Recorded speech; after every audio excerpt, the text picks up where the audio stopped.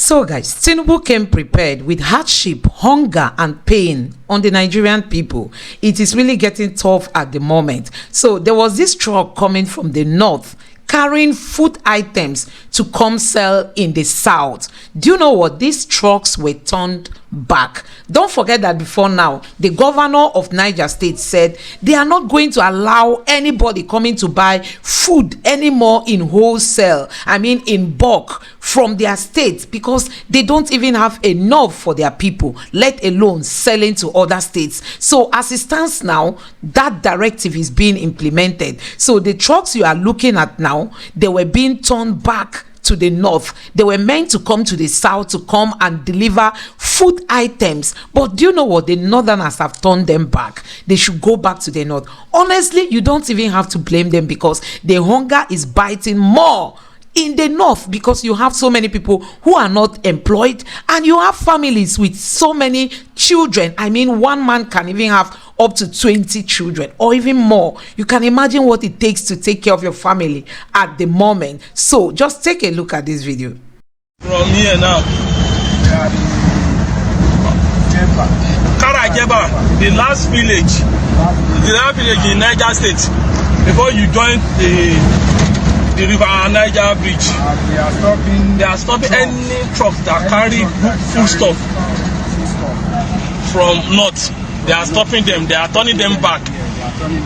They don't allow them to go beyond this place.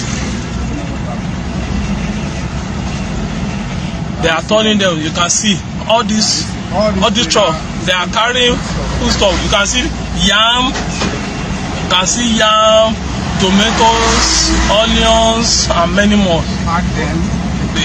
They are stopping them. They said they will turn back to the north or offload it here. This is Karajeba, the last village, the last town in Niger State before you enter Kwara State, before you get to River Niger.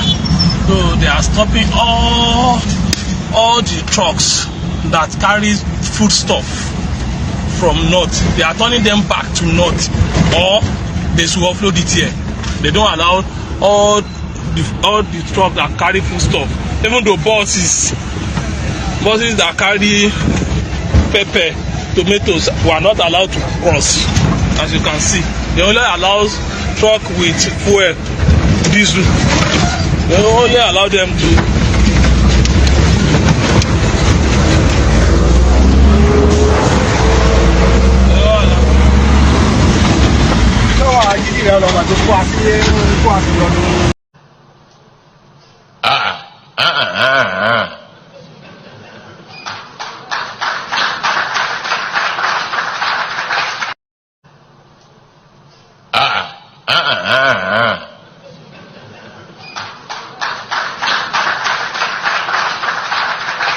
So guys, you have seen it for yourself that as it stands now, the hunger is just continuing. There is no plan, no agenda on ground to reduce the hardship that Nigerians are experiencing at the moment. Do you even know that the government officials went to a shop and closed it down because the shop was said to be displaying diverse price tags on a particular goods? Somehow you might not even blame the shop owner, because possibly they bought these goods at different prices. Don't forget that the naira keeps depreciating every day, meaning that any item that was delivered to you today at a certain price, you might get it at a higher price tomorrow. Just take a look at this. The customer will not, I can't have access to your system. I'm standing there to pay.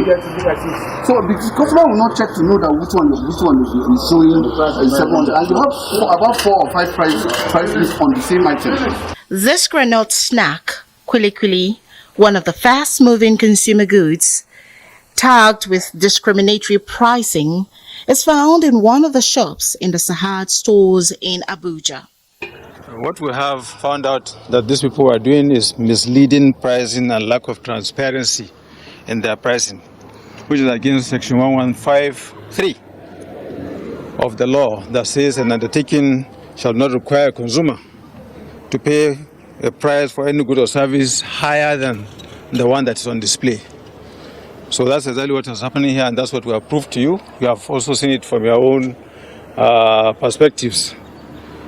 It's an obnoxious practice and amounts to a violation of the rights under the FCCPA.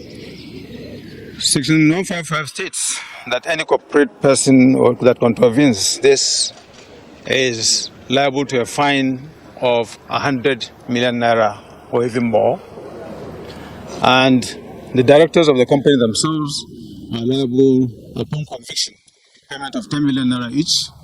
The store manager is jittery as he tries to explain away why the same product, which costs 700 naira, is found at the same shelf of the same product costing 1,000 naira. This one was picked from the 700 market price. See what kind of purple here. This one is from 700 shelf. Okay. Now, that's not the only product with misleading and conflicting price tags here, causing consumers to pay heavy. This underwear also has a conflicting price, misleading unsuspecting consumers. The product brands are different and they come with different prices, but what the consumer sees is one price, and it's at the discretion of the tillman to identify which price of the product, because all the products in the till systems are linked kuli.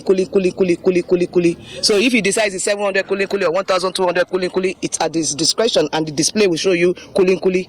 So each brand item is supposed to be priced differently if it is different, and where you have a bunch is either you price individually or you display the price on the group of identical items. You cannot mix items together and have a single price, and only when you get to the till you get a different price. Now the second one is that even for the same price, the same product, the same brand, the same item, there are different prices. We saw with the underwear, the same brand, one is 5,000 and the other price is 6,000. Imagine if you bought 10.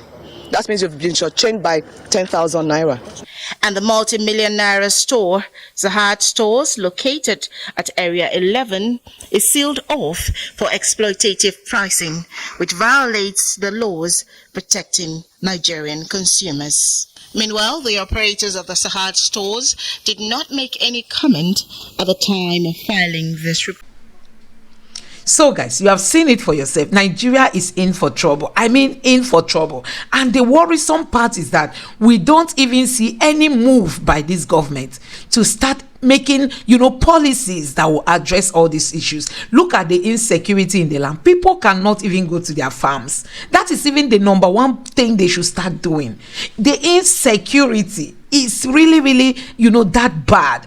Recently, the governors came together to speak with the president on how to set up, community police. But do you think that is even the solution? Should that even be the solution if the security agents are not really doing the work as they're supposed to do? So guys, there are a lot when it comes to the suffering that this government has brought upon Nigeria, and we are hearing that apart from the subsidy that was removed, the fuel subsidy, currently another subsidy is about to be removed.